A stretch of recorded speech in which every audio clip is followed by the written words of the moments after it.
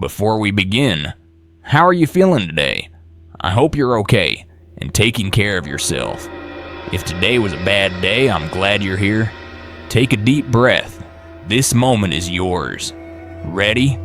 Let's begin. I used to think horror lived in the woods, in abandoned houses, broken elevators, locked rooms with creaking floorboards and blood-stained carpets. That was the kind of fear I understood, the kind I could see coming. But real horror doesn't always scream. Sometimes it emails you at 6 a.m. with a subject line that reads, "Performance concerns." Sometimes it wears a tailored suit and speaks in feedback forms. Sometimes it tells you you're lucky to be here, just before it makes you disappear. The truth is, some of the darkest things I've ever witnessed didn't happen in the dead of night. They happened under fluorescent lights in conference rooms where no one blinked, behind glass walls, inside Slack threads that went silent the moment someone pushed too far.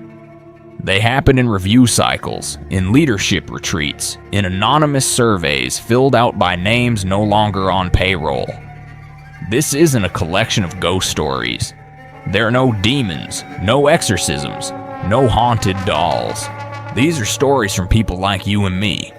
People who showed up, did their jobs, played by the rules, until the rules changed, until the office became the trap, until the people in charge stopped pretending they cared. So if you're here, maybe you've seen it too. A shift in tone, a missing name, a door that's always locked, even though no one admits it exists. You don't need to be afraid of monsters under your bed. You need to be afraid of the ones that sign your paychecks. And if you think you're safe because you keep your head down, read carefully. Because these 8 stories all start the same way, with a job that seemed just fine. We all tell ourselves we'd recognize danger if we saw it, that we'd know when to run. But in the modern office, fear doesn't knock. It gets scheduled. It comes with a calendar invite, a polite email, or a hallway no one talks about. Before the first real scream, there's usually a soft buzz, a flicker of something not quite right. And for some, that first flicker begins with a door that shouldn't exist. Story 1. The office door that wasn't on the map. I took the job at Oculus Data because I was tired of starting over. San Jose rent was crushing me, and after 3 months of unemployment, a steady paycheck sounded better than any red flag I might have missed during the interviews. The building was sleek. Glass walls, polished concrete floors, clean white interiors with motivational quotes printed on frosted dividers.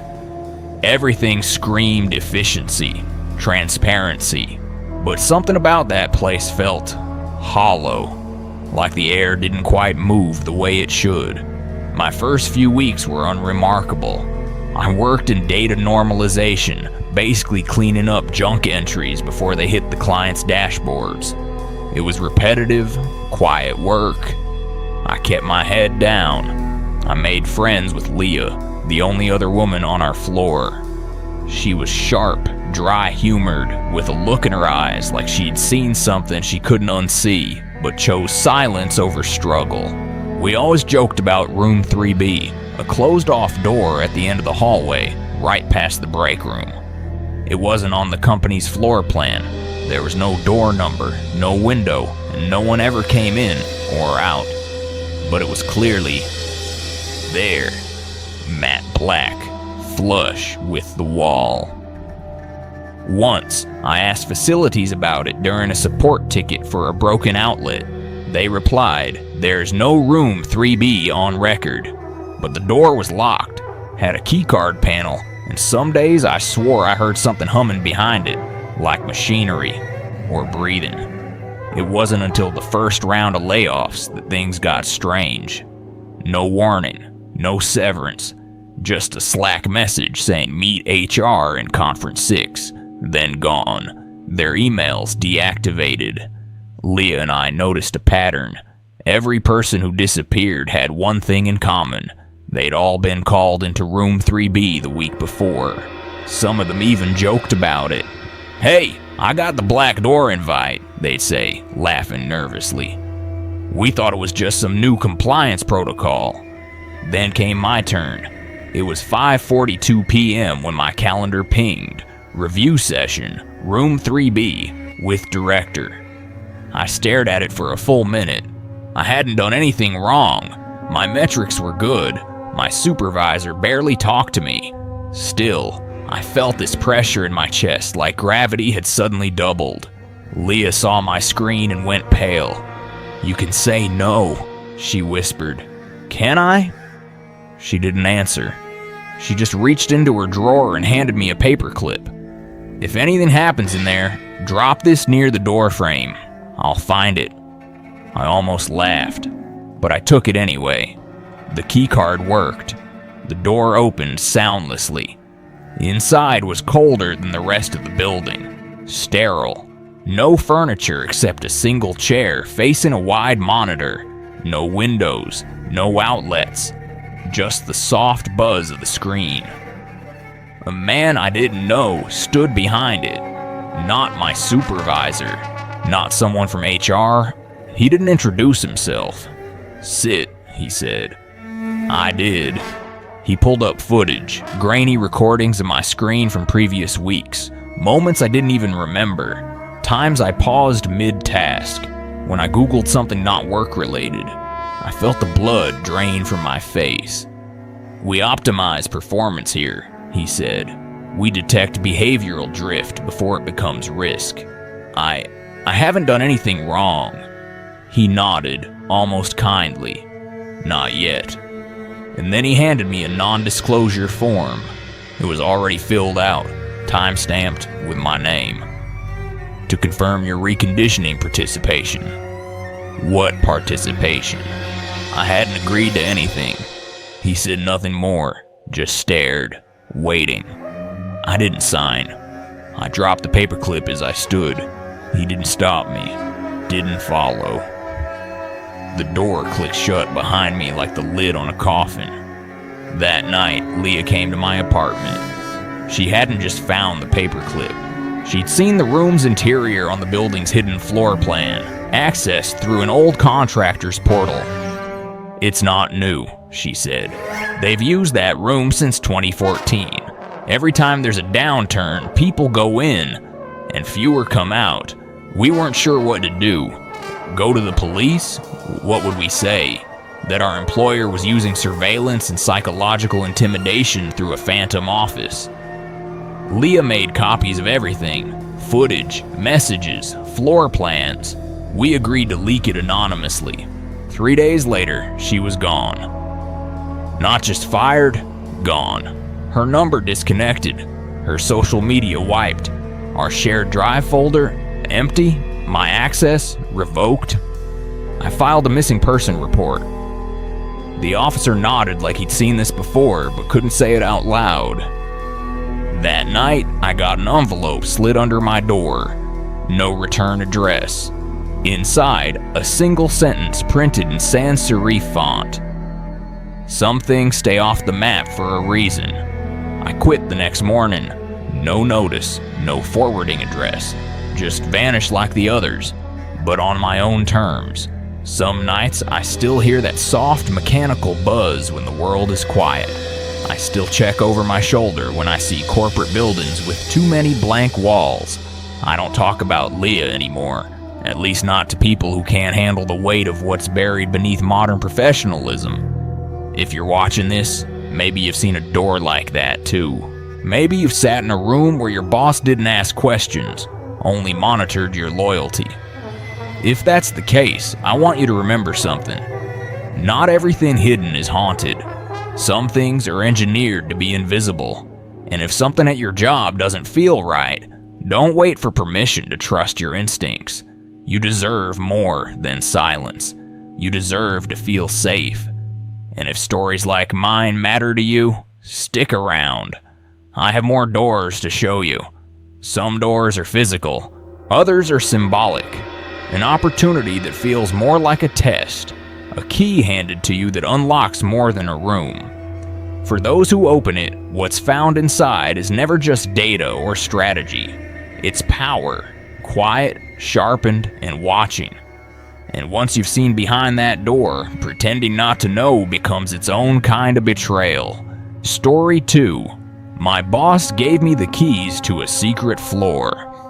I joined Faro Capital in Charlotte with the usual hesitation anyone feels walking into an investment firm that still smells like 1989. The floors were carpeted in a dull maroon, the walls were paneled wood, and the fluorescent lighting hummed overhead like it was warning me.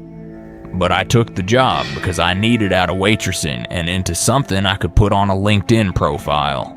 They called it a junior analyst role, but it was mostly spreadsheet cleaning and report formatting for Gregory Stratton, the director of risk. Gregory was the kind of man who used your full name every time he spoke to you, wore cufflinks even on Fridays, and smiled like his teeth were made of contract clauses. The first month was uneventful. I worked late, kept quiet, and got used to the smell of stale coffee and old money. Gregory started giving me more responsibility. I took it as a good sign. One day, after hours, he handed me a tiny brass key with a plastic tag labeled E Floor. I asked what it was for. He smiled like a priest offering communion. Access, he said. No one had ever mentioned an E Floor. The elevators in the building had buttons from lobby to 7. I asked around subtly. People shrugged. Some said it had been storage. Others didn't know it existed. I let it go until I didn't. A week later, Gregory told me to deliver a flash drive to someone downstairs. No names, just take the key and go alone. It was after 7 p.m. The office was empty. I stepped into the elevator and inserted the brass key into a panel I hadn't noticed before. The screen blinked. A single button lit up. E. The floor felt wrong, colder, dimmer. As the doors opened, the hallway in front of me looked like no part of Faro Capital I'd ever seen. Concrete floors, unpainted walls, security cameras in every corner. There were no desks, just low light and thick silence. I followed the hallway until I reached a door with a black slot scanner. I held up the flash drive and the door clicked open. Inside was a single room with a long table and 3 people in suits. None of them looked up. One pointed silently at the center of the table. I placed the drive and stepped back. No thank you. No questions. I turned to leave and one of them finally spoke. Not to me, but into a recorder. Delivery confirmed. Timestamp logged. I didn't sleep that night. Gregory didn't bring it up the next day or the day after, but the key remained in my drawer like a reminder I didn't understand. I started watching people more closely. I noticed who never spoke of the company's internal accounts, who never looked you in the eye when you asked about certain clients. And then I noticed Amanda. Amanda worked in compliance, smart, precise, with the kind of posture that told you she still believed in rules. We shared a few late nights in the break room. One night, I asked her if she'd ever been to the E floor. Her reaction was immediate. She stopped mid-sip, blinked, and said, "No one should go down there twice." I tried to laugh, but she didn't smile. A few days later, Amanda didn't come in. Her office was cleared out by noon. No announcement, no goodbye, just gone. That's when I knew I had made a mistake. I went back to the E floor on my own. I shouldn't have. The door opened faster this time. No one was inside, but the lights were on, and the table had folders spread out with names I recognized. People who'd been let go without cause. Employees who'd resigned and then disappeared from LinkedIn. Vendors with shell company addresses. And worst of all, files with internal approval stamps. Gregory's, mine. They'd use my reports, my formatting, my data cleanup to hide movement of funds that never reached their destination. I was part of it, not just a bystander. My digital fingerprints were everywhere. As I turned to leave, Gregory was already standing in the hallway. He didn't look angry. He looked prepared. "You were curious," he said. "That's not always a bad thing." I opened my mouth, but no sound came. "Now you have a choice," he continued. "Keep asking questions, and they'll ask where you went, or come back upstairs and remember that none of this existed."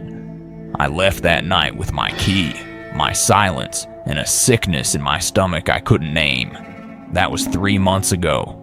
Since then, I've tried to warn people, quietly, off the record. Most don't want to hear it.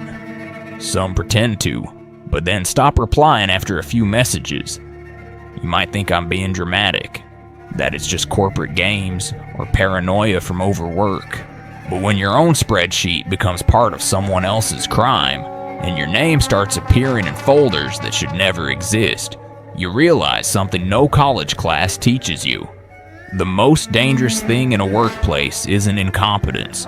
It's silence that's been systematized. If you're watching this and working in finance, data, or anything that makes powerful men richer, look twice at what you're helping them build. Sometimes they give you a key not because they trust you, but because they want to see if you'll open the door and stay quiet about what's inside. I don't know how long I have before someone tries to close the loop, but before that happens, I need you to know. What starts as just another job can end with you holding proof that never should have existed. I hope this story keeps you from turning your curiosity into compliance. And if stories like this make you feel less alone, stay close. We haven't reached the bottom floor yet, but not every threat wears a suit. Some are institutional, built into the pipes and walls and scheduling systems of a workplace.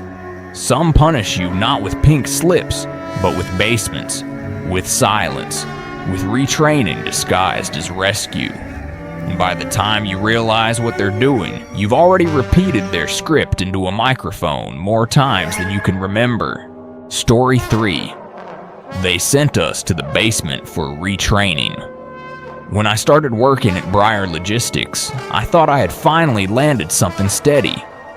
The warehouse was nothing fancy. Gray walls, dim overhead lights, and a persistent draft that made your bones ache even in early fall. But it paid better than retail, and in a town like Buffalo, stability counted for something. I was assigned to inventory intake, checking barcodes, logging pallets, and flagging mismatches. It was mind-numbing, physical work, but it kept me off my phone and gave my mind room to wander. I didn't expect to find friendship there, but I found Eli. Eli had been with Breyer for 2 years. He was tall, soft-spoken, with a dry wit and this quiet alertness in his eyes like he never truly relaxed. We started working the same shifts and bonded over black coffee and frozen gloves during winter mornings. He showed me tricks to beat the scanner's lag, how to avoid getting stuck with overtime, and which managers actually listened. When I asked him about the only door in the basement level marked retraining facility, he stiffened. "You don't want to go down there," he said. I laughed, thinking he was messing with me. He wasn't smiling.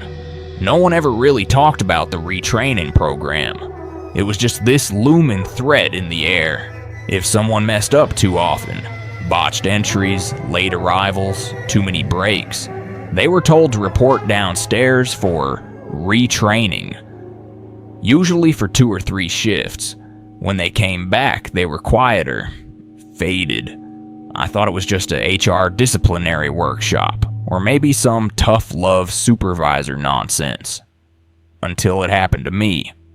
I had misfiled a shipment of medical supplies, one of those gray area errors where someone should have double-checked but didn't. My supervisor, Sheila, handed me a form without meeting my eyes. "You're assigned to retraining for the next 3 nights. Report to the sub-level dock entrance at 11:45 sharp. Don't be late." It felt more like a sentence than a notice. I asked Eli if he knew what happened down there. He looked exhausted just thinking about it. "I went once," he said. "Only once. Don't try to be brave, just do what they say. That first night, the air in the basement was thick and metallic. The lighting was different, flickering strips that buzzed and cast long, exaggerated shadows. I checked in with a man wearing a badge that simply read, Trainer. No name, no department. He didn't greet me, just scanned my form and gestured toward a row of unmarked doors. Inside, there was no equipment, no screens, no instructional material, just a narrow room with a desk, a single chair, and an old-fashioned tape recorder. The trainer handed me a folder and said, repeat each sentence, into the mic, until told to stop. The papers were filled with statements like, I understand my role is to execute, not question, and productivity is obedience. Some were phrased like apologies, others like contracts. The trainer sat in the corner, silent, staring at a clipboard. I read every line, again and again, until my voice felt detached from my throat. Then he stopped the recorder and told me to go home. No feedback, no signature, just silence. The next 2 nights were worse. We weren't allowed to speak to each other. We weren't even allowed to look around. The walls had tiny holes drilled into them, like vents, but they made this constant clicking noise, soft but deliberate, like something mechanical was listening. On the 3rd night, I saw Eli there. He wasn't supposed to be on the list. He wasn't supposed to be in retraining again. But there he was, eyes hollow, voice flat, reading from a new set of phrases. The company keeps me safe. The company provides. Over and over. I tried to speak to him after we were dismissed, but he didn't respond. Just walked past like I wasn't there. I couldn't sleep. I started digging into the internal network during breaks, trying to find out who ran the retraining program. But the directories listed no names, no departments, only codes and timestamp reports marked as compliant. I asked Sheila who oversaw it. She went pale and told me not to bring it up again. It's above warehouse level, she said. You don't want to make this worse for yourself. The next week, I went to HR. I told them I believed something unethical was happening in the basement. I didn't go in angry or accusatory. I just said I wanted to understand. The woman behind the desk smiled like I'd asked about recycling procedures. We take all employee concerns seriously, she said. You'll be notified if a follow-up is necessary. The next morning, my badge didn't work. Security escorted me out. Internal compliance review, they said. I wasn't fired. I wasn't even told I was suspended. I was just denied access. My employee account was pending review. I called Eli. No answer. I drove to his apartment. It was empty. The landlord said he'd moved out overnight. No notice, no forwarding info. His locker at work had been cleared. I started talking. Online, anonymously. I shared what I'd seen. Most people dismissed it. Some called it a dramatization. But a few reached out. Former employees, contractors, people who had similar stories in different states. Not just at Breyer. Not just in logistics. There are companies that punish mistakes quietly. Not with firing, but with mental reshaping. With silence and isolation and behavioral conditioning dressed up as policy. And once you start questioning the systems you're inside, the systems start erasing your access. I don't know where Eli is. I don't know what I read into that mic, what files they kept, or what footage they recorded. But I know this. If your job sends you to a part of the building that no one talks about, you're not being trained, you're being tested. And once they know what you'll tolerate, they'll use that against you. Not in big ways, but slowly, subtly, until you're a compliant folder in a drawer of names they've trained to forget who they used to be. If you're still listening, I want you to hear this. It's not dramatic to trust your gut. It's not paranoia to walk away when something feels off. Sometimes survival means recognizing when the retraining isn't about helping you improve, but seeing how much of yourself they can erase. And if you've ever felt alone in that silence, or if this sounds like your story in another name, stick around. You're not crazy. You just open your eyes before they finish closing them for you. Still, not all systems are underground. Some are polished, motivational, bright with promises of bonuses that never come. The danger isn't in what's taken, it's in what's promised. Dangled just out of reach to keep you running in place, quarter after quarter, until the only thing more exhausting than failing is pretending you still believe. Story 4. Nobody ever got their bonus here, just warnings. I started working at Trinox Tech during what they called their growth surge. It was a sleek Miami-based startup that specialized in logistics AI, funded by investors who threw money at anything that used the word machine learning. The office looked like something from a Netflix series. Exposed brick, kombucha on tap, and open concept desks where everyone wore headphones, but no one ever truly rested. My role was performance analyst, which was a fancy title for someone who made charts justifying why other people should be fired or promoted. I told myself it was temporary, a stepping stone, just until I saved up enough to go back to school. That lie kept me going longer than it should have. Our CEO, Ryan Latham, was everything you'd expect from a tech founder in his 30s. Lean, charismatic, always in black t-shirts and sneakers that cost more than my car. He held morning stand-ups like sermons and ended every meeting with "push the limit" or "someone else will." People worshipped him, or at least pretended to. His obsession with output was legendary. But what really drove the culture into the ground was the bonus system. At Trinox, everyone's salary was intentionally low, to keep us lean and hungry, as Ryan phrased it. But we were promised generous quarterly bonuses tied to performance. The catch was that no one had ever actually received one. Every quarter, we'd sit through review sessions led by HR and the revenue team, go over metrics, KPIs, client wins, and then, without fail, we'd all be told we were just a few points shy. Almost there. Next quarter. Keep pushing. At first, I believed it. Then I started noticing something deeper. The metrics kept shifting. The benchmarks moved. A project that hit 96% efficiency was below expectations because the algorithm had been quietly updated the night before the review. Every single time someone tried to question it, they were pulled into a private call with Ryan or his COO, Jenna, and returned visibly shaken. Jenna was the kind of leader who smiled with her teeth but not her eyes. She ran the internal performance board, a real-time digital wall of achievement scores visible to the entire office. Your face would turn red if your name ever dropped into the yellow zone.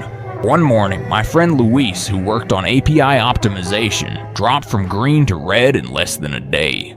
No explanation. Just a silent public shaming. That same week, he was pulled from 2 major accounts. His Slack messages slowed.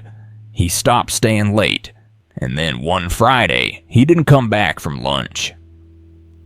HR said he resigned. No one had the nerve to ask. I thought maybe it was just fear that kept us quiet, until I found the bonus reports. It was a fluke. I had access to a shared admin folder for compiling project milestones. Buried inside was a spreadsheet, older than most of our current staff, titled Payout Framework, Restricted. Inside were tabs going back 4 years. Each one listed top performers, bonus amounts, and, next to them, status, held, deferred, withheld. Every single entry had been denied. Even the founder's own assistant had a withheld bonus marked with a note, "Too visible. Send warning." And at the bottom of the document, an internal note read, Bonus program serves as behavioral leverage, not compensation. My stomach turned. I printed the document. Stupid, I know, but part of me needed to hold it in my hands to believe it. I showed it to Naomi, one of the few people I trusted. She worked in compliance and had been with the company longer than most. Her eyes flicked over the printout, and she didn't look surprised, just tired. "They've been doing this since day one," she said. "It's not about the money, it's control. Dangling something in front of you to keep you loyal." I asked if she'd ever said anything. She laughed once, dry and bitter. "Speak up and you become a case study. They'll turn the narrative until you're labeled difficult or unstable. Then they starve you of resources, tank your reviews, and when you burn out, they say you couldn't handle the pace." I wanted to believe there was still a way out, that if I went to HR, someone would listen, but then I saw my name on the board. Not in red, worse. It was missing, gone entirely. No status, no updates, like I'd never worked there. That afternoon, my email stopped syncing. My calendar wiped. The IT guy wouldn't meet my eye when I asked what was wrong. Jenna called me into a realignment meeting and said it was time to evaluate if this was still the right culture fit. I didn't get a warning. I didn't even get a termination letter. Just a cardboard box and an NDA slid across the table with the line, "You'll want to read this carefully if you plan to use this as a reference." I left Miami that same week. I couldn't bring myself to apply for another office job. Not yet. I bartended in St. Pete for a while. At least there, when someone lied to you, they were too drunk to remember it the next day. I still think about Luis, about Naomi. I heard she left quietly a month after me. No LinkedIn update, no new job title, just gone. You might think this is just another startup horror story, but I'm telling you, it's bigger than one company. There are systems out there that are designed not to reward effort, but to drain loyalty. They don't fire you. They just stretch you thinner every quarter, convince you you're lucky to be there, and weaponize hope until you forget what fairness looks like. If your boss talks more about vision than values, if the numbers change every time you're about to win, if no one ever seems to cash the prize, you're not underperforming. You're being manipulated. Bonuses that never come. Praise that always moves the goalpost. It's not just toxic, it's architectural. If this story feels familiar, maybe it's time to stop chasing what's never been promised. And if you're still here, still listening, thank you. You deserve better than false incentives. Stay with us, because the next story might be yours. And when belief falters, the system recalibrates. It rewrites its story. It finds voices, real or not, to shape your own narrative for you. Because nothing threatens power more than an employee who trusts their own memory. And sometimes, the most cutting reviews don't come from your manager. They come from those who no longer have a heartbeat. Story 5. My performance review was written by a dead employee. I had been working at Deltros Consulting for just over 6 months when the first review cycle hit. It was mid-February, the kind of Biden cold only Minneapolis can offer, and the office heaters never quite kept up. My desk faced the window on the 3rd floor, overlooking a frozen parking lot that made me question my life choices every morning. The job itself wasn't terrible. Policy auditing for mid-sized clients. Not exciting, but stable. My manager Curtis was one of those guys who used buzzwords like armor, synergy, engagement, alignment. He never said what he meant, but he always said it confidently. That winter, everyone was talking about the new feedback model HR had rolled out. Anonymous peer reviews were now weighted into performance scores. It was supposed to give a 360-degree insight into how we contributed beyond metrics. I didn't mind. I got along with people. I helped when asked. I figured I'd be fine. Then my review arrived. It was cold, precise, like someone had cut me open with a scalpel, then blamed me for bleeding. Phrases like difficulty with collaborative alignment, inconsistent task ownership, and the worst, resistance to feedback. I blinked at the screen, trying to remember who I'd upset. Curtis called me in that afternoon. His tone was sympathetic, but his words were rigid.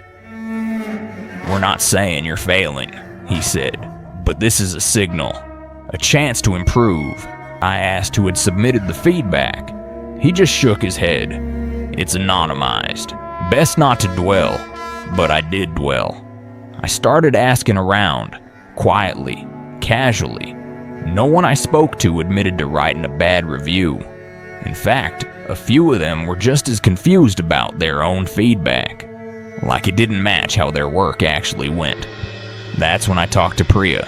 She worked in IT support, sharp and private, but with a sense of humor you had to earn. I asked her if she knew how the review system was implemented. She hesitated, then pulled me into a stairwell to speak in whispers. "The system they're using pulls from archive profiles," she said. "Sometimes old employee IDs get flagged in the database. I saw one earlier this week with a timestamp from 2022. That person, he's not even alive anymore." I felt my stomach tighten. Who was it? She looked away. Ben Keller. The name hit me like a dropped box of glass. Ben had been a junior associate on my team. He died in a car accident before I joined. Winter storm, black ice, quick and brutal. There was still a framed photo of him on the remembrance shelf in the break room. I barely knew the guy, but his legacy hung over the office like fog. Everyone spoke of him with reverence, and now, apparently, he had reviewed my performance. I went home that night feeling like the walls of the office were thinner than they should be, like something was bleeding through. I couldn't stop picturing Ben, or the idea of him, sitting behind a phantom login, typing a paragraph about how I was resistant to feedback. I dreamed in static that night. Form letters, login credentials, faces I'd never met evaluating me through screens that never turned off. The next morning, I asked Priya to help me find the logs. She hesitated but finally agreed. She pulled up the metadata behind my review submission. The timestamp read, "Entered via employee ID 7345K. User status, inactive." She scrolled further. Deceased. Profile archived. Reactivated January 14th. There it was. My entire future, my bonus, my raise, my standing, had been partially shaped by a ghost in the system. I brought it to Curtis. I showed him the logs, the timestamps, the profile. His expression didn't even flicker. "I appreciate you bringing this to me," he said. "But let's not create a narrative here. It was likely a technical error. Happens in large systems." "That error could have cost me my job," I said. "And it didn't," he replied. "Let's be grateful." I left his office shaking, not because of fear, but because of clarity. It wasn't a mistake, it was policy. Someone, maybe Curtis, maybe someone above him, was using archive profiles to pad the review system, to insert pressure where none existed, to shape behavior through shadows. There's a unique kind of madness that comes from being judged by someone who can no longer speak. A week later, Priya got transferred to a different floor. She stopped responding to my messages. Her desk was cleared within a day. No one mentioned it. I think they were afraid to. And me? My badge started glitching. My emails delayed. Small things, subtle but coordinated. Then came the wellness meeting invite with HR. That's when I knew I was being managed out. The irony is, it worked. I left before they could push me. Not because I was weak, but because I refused to stay in a place where ghosts wrote policy and silence was rewarded. Now, I work freelance. It's unstable, yes, but at least no dead man is grading my humanity. I share this not because I need sympathy, but because you need warning. If you work somewhere with layers of anonymous review, Ask yourself, who is really writing them? Who benefits from you doubting yourself? Sometimes the most dangerous thing in an office isn't the people you see. It's the ones who stay in the system long after they've gone. And if you're still listening, thank you. You deserve to be evaluated by the living, not by shadows. And if this story kept you thinking, stay with us. The next name they bring back might be yours. Some companies don't need ghosts. They have ideology. Language so carefully crafted it feels like love, healing, wholeness. But underneath the mantras and candlelit meetings is a truth no one dares say aloud. That transformation, when forced, is just another form of compliance. And some rituals leave scars deeper than any deadline. Story 6. Mandatory volunteering in midnight meetings. I joined Haven Corps because it promised purpose. That was their exact phrase in the job ad. A purpose-driven nonprofit. After 2 years bouncing between soulless tech gigs and contract jobs with no benefits, the idea of working somewhere that claimed to care about people felt like a win. The office was in an old converted church in Portland's southeast side, with reclaimed wood beams and hand-painted mission statements on every wall. Compassion is efficiency. Raid one in the break room, in a script that tried too hard to be both comforting and corporate. I was hired as a grants coordinator, tasked with writing funding proposals and tracking donor reports. It wasn't glamorous, but it felt honest, at least at first. My supervisor, Cassandra, introduced herself as a culture steward, not a manager. She wore linen tunics and talked about realigning emotional energy in team meetings. The first month was full of onboarding modules that use words like healing labor and sacred workspace. I rolled my eyes, but I didn't push back. I wanted this to work. Then came the volunteer initiative. Cassandra gathered the staff one morning to announce that Haven Corps would begin a new chapter of deep integration, a phase where staff were invited, though heavily encouraged, to participate in off-hour programming. It started small. Community gardening Saturdays, book circles on trauma-informed leadership, then evening reflection sessions on Zoom, and finally, the overnight intensives. These were framed as opportunities for breakthrough. Once a month, select employees would be invited to a midnight gathering in the old church sanctuary, now remodeled into a meditation room. We were told it would be restorative. We were told we'd emerge lighter, freer, more in tune with the mission. We weren't told much else. The first person I knew who attended was Clara, a program analyst who had just returned from medical leave. She didn't talk about the meeting, but she stopped smiling. She stopped bringing her homemade lunches. She stared at her screen like the glow was swallowing her. I asked her about it once, quietly, during a printer jam. "They make you confess," she said, "even things you didn't do. You talk until it feels true." Then she shook her head and walked away.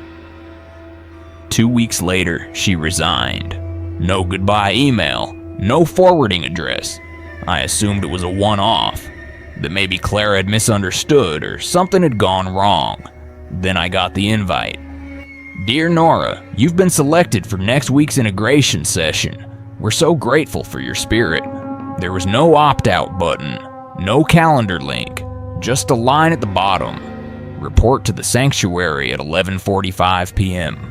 Please dress in neutral tones." I didn't tell anyone I was going. I didn't know what to expect. That night, I sat in my car outside the old church, engine running, wondering if this was some twisted cult or just a poorly managed HR experiment. But something kept me there. Maybe it was curiosity. Maybe it was the look in Clara's eyes before she disappeared. Inside, the sanctuary was lit with low amber lights, incense, floor cushions. 10 of us sat in a circle, each handed a journal and a warm cup of something herbal. Cassandra entered last, barefoot, holding a small bell. She didn't speak for a full minute. Then she rang it once and said, "You've been brought here to be unburdened." What followed wasn't meditation. It wasn't therapy. It was emotional dissection disguised as devotion. We were prompted to acknowledge our barriers to belonging. One by one, people began sharing. At first, small things, stress at home, fear of inadequacy. Then it escalated. People cried. People apologized. One woman begged forgiveness for not being present enough in team meetings. A man admitted he resented being asked to work unpaid weekends and then apologized for carrying toxic expectations. When it was my turn, I said nothing. Cassandra stared at me. Her smile didn't reach her eyes. "The group can't heal unless we all share, Nora." I lied. I said I felt disconnected from the mission. I said I blamed myself. I said whatever I thought would get me out of there. They nodded. They thanked me for my vulnerability. But when I walked out of that sanctuary, something in me felt stolen. The next morning, I received a glowing internal review. Nora demonstrated alignment and courage, but with it came more asks. I was now expected to lead the next volunteer circle. I was trusted with coordinating staff reflections. I was being pulled deeper, not because I'd excelled at my job, but because I had broken the right way. I tried to push back. I told Cassandra I needed space. She smiled and said, "You're resisting transformation. That's normal." HR echoed the same language. They asked if I needed a restorative pause, which I quickly realized was code for "we'll sideline you without firing you." Then came the package. No sender, just a manila envelope left on my desk. Inside were transcripts, audio logs, notes from sessions I hadn't attended. Phrases like "flagged for hesitance," "resist group flow," "requires further opening." My name appeared, circled in red, not as a leader, as a liability. That weekend, I packed up my apartment and left the city. I never filed a complaint. I don't know how I'd even describe what happened. There's no checkbox for spiritual manipulation in the HR handbook. No policy against bleeding belief out of your employees under the guise of healing. But if you're watching this, I need you to know, just because a workplace uses the language of love doesn't mean it acts out of care. Some systems don't need to threaten you to control you. They just need you to believe that obedience is growth. If your job starts asking for your soul, disguised as your participation, that's not a calling. It's a ritual, and you don't have to stay to be whole. Thanks for listening. And if you've ever been asked to give more than your work, more than your boundaries, just to belong, stay close. You're not the only one who said no and walked away still whole. But not all compliance is coerced in dark rooms. Some of it is public, tracked in likes, measured in emojis, expected in every post your boss makes about company culture. In these places, silence is disloyalty, and validation is a currency that can cost your dignity. And the algorithm that decides your fate might not even be human anymore. Story 7. I got demoted for not liking my CEO's Instagram post. I used to think workplace politics meant water cooler gossip, a bit of brown nosing, maybe the occasional passive-aggressive email. I never imagined it could extend to social media, to something as small and meaningless as a like. But that was before I joined Altmotive, a boutique digital marketing firm in Los Angeles with a cultish obsession with personal branding. Our CEO, Blake Trenton, was the face of the company, literally. His face was on the website banner, in every pitch deck, even printed on the mugs in the break room. He had a podcast, an influencer deal with a smartwatch brand, and a verified Instagram account where he posted shirtless hikes and awkward motivational quotes about disruption and discipline. My job was fairly straightforward. I was part of the accounts team, managing timelines and deliverables for our clients, Startups mostly, a few legacy brands trying to be relevant again. I liked the work. I liked my coworkers, and I was good at it. I kept projects on track, clients happy, and our team from spiraling every time Blake decided to rewrite a brand strategy at 11 p.m. on a Sunday. But Blake had this other fixation: internal engagement, not work engagement, social media engagement. He would regularly send out emails with links to his latest posts, inviting, then later expecting, staff to like, comment, and share. At first, it felt silly, but harmless. A few of us would joke about it, crafting the most generic comments we could, great insight, or another banger, before getting back to work. Then the reminders started. Blake began mentioning names at team meetings. "Love seeing Taylor supporting the vision," he'd say, looking directly at someone who'd commented on his latest reel.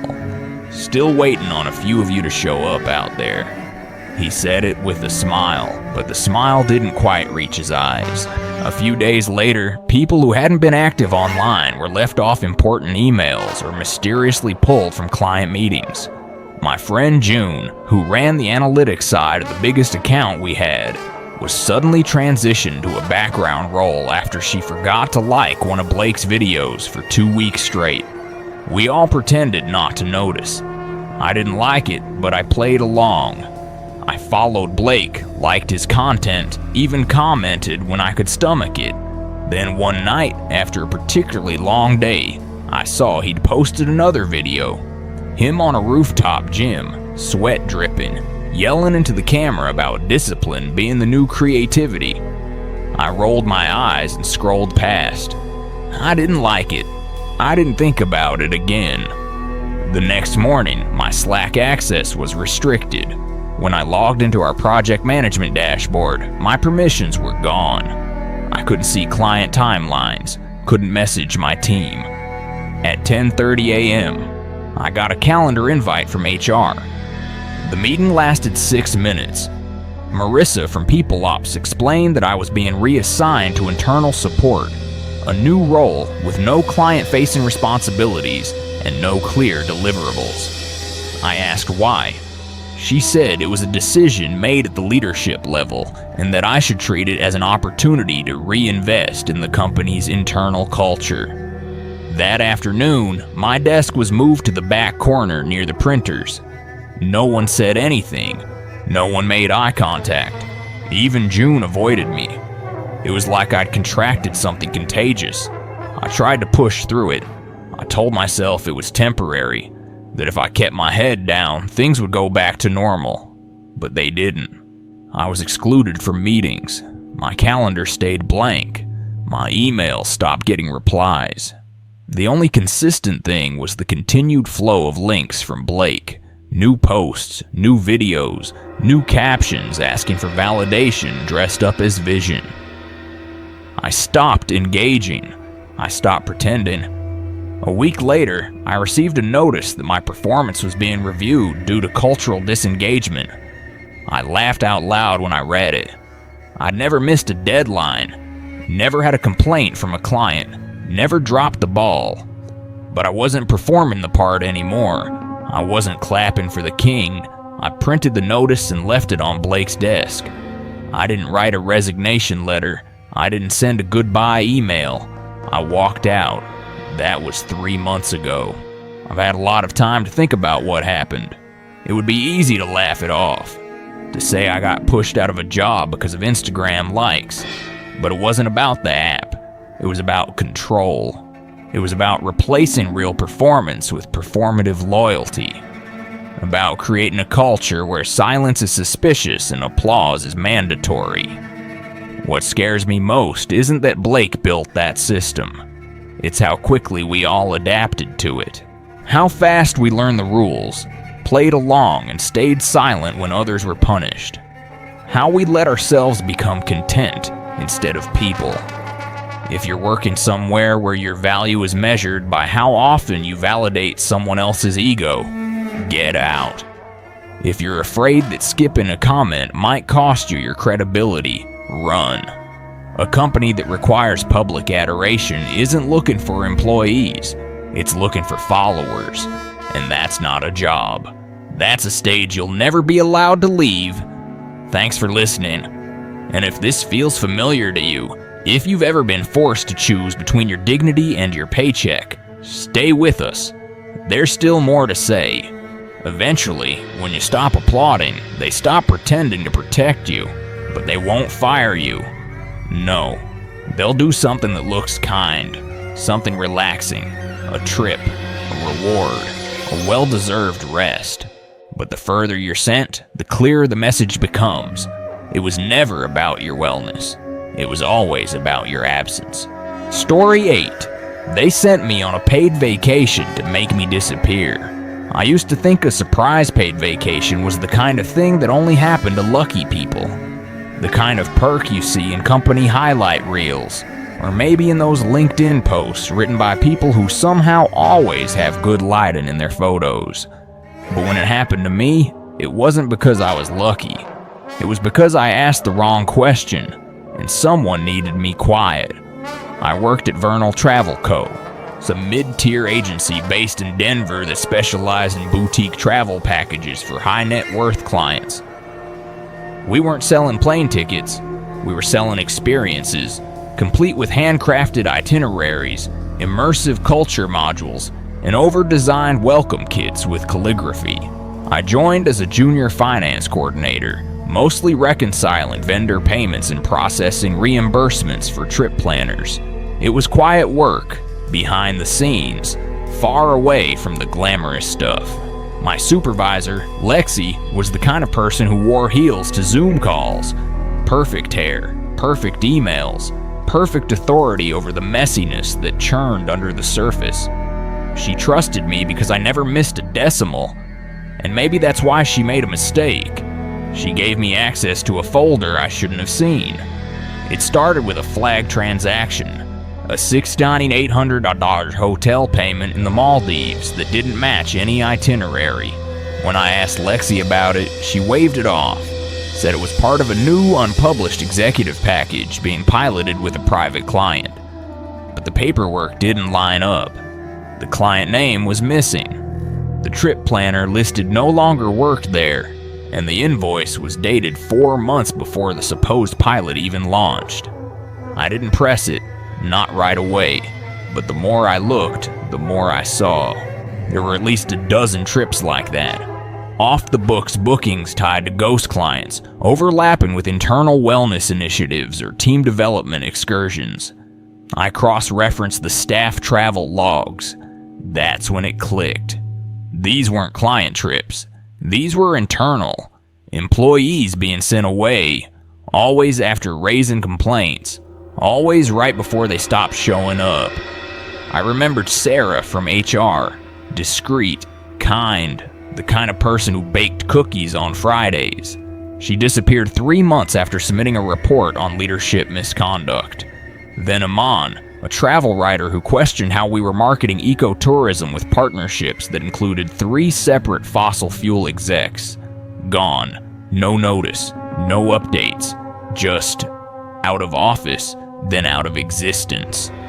The next morning I received an envelope. It was hand-delivered. No postage. Inside was a printed itinerary for a 7-day luxury retreat in Tulum.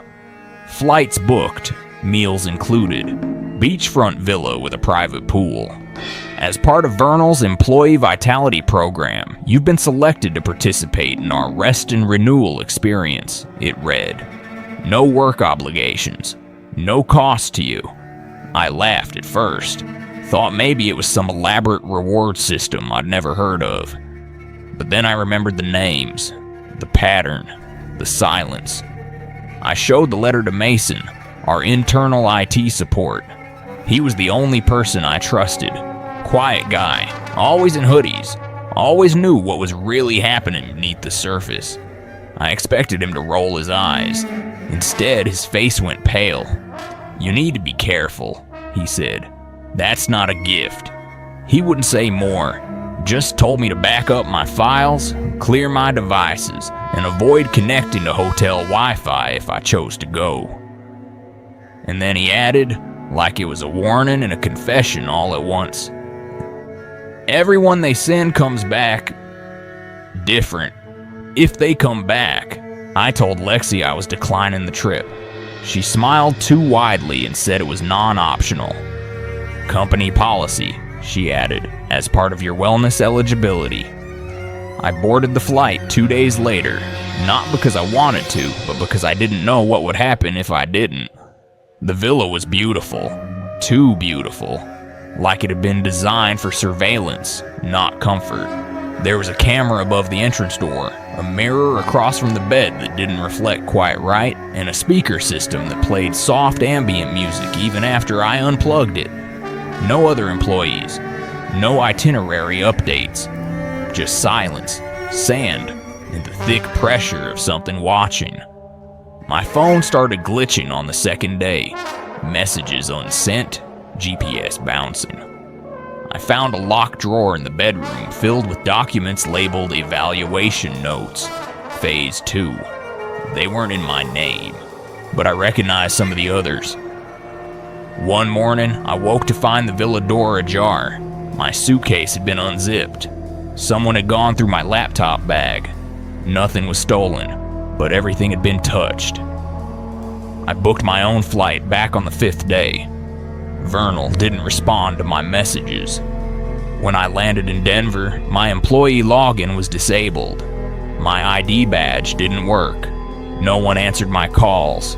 And Mason, gone. His desk was cleared. The system listed him as inactive. I filed a complaint with the Department of Labor. I sent a letter to the board. I posted anonymously online. Nothing. No replies. No takedowns. Just silence. Like the company had swallowed me whole and then politely declined to acknowledge it. I work for myself now. Freelance audits, remote contracts, low-profile clients. I don't go on vacations anymore, not ones I didn't book myself. And I don't trust envelopes, ever. If you're watching this and your company ever gives you something too good to be true, ask yourself what they want in return. Some gifts aren't compensation, they're containment. When corporations want to make you disappear, they don't need to fire you. They just send you somewhere beautiful, make you feel chosen, and hope you come back, changed, or not at all. And if this feels close to your own story, if you've ever been offered rest in exchange for your silence, stay with us.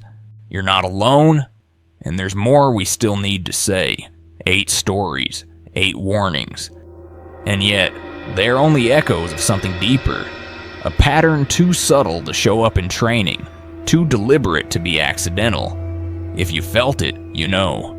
If you've lived it, you'll never unsee it. And if you're still listening, still here after everything, then maybe the most dangerous thing you can do next is stay silent. Maybe you recognize something in these stories.